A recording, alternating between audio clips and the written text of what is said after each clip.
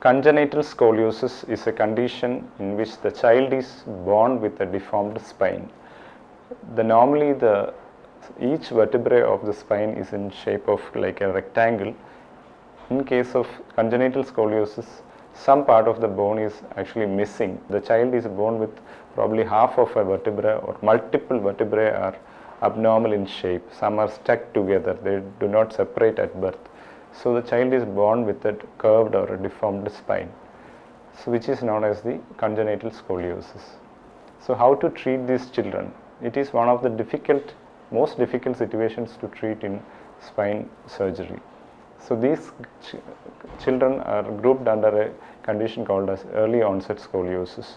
So the treatment has to be started at the earliest, even before the age of 1 year.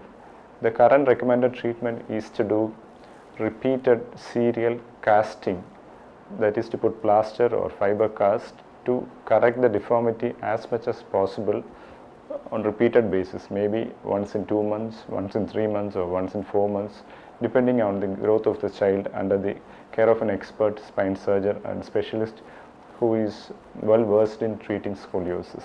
So these children will have to undergo multiple sessions of repeated casting, probably bracing, and most of these children would require multiple surgeries to correct the deformity to some extent.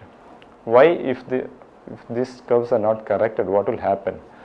As the curve becomes more and more, the lungs gets compressed on one side and the breathing becomes a big problem, and they can go into respiratory failure. Also, in very severe curves, it can affect the heart as well. So these children has to be picked up earlier and has to be treated immediately. Thank you.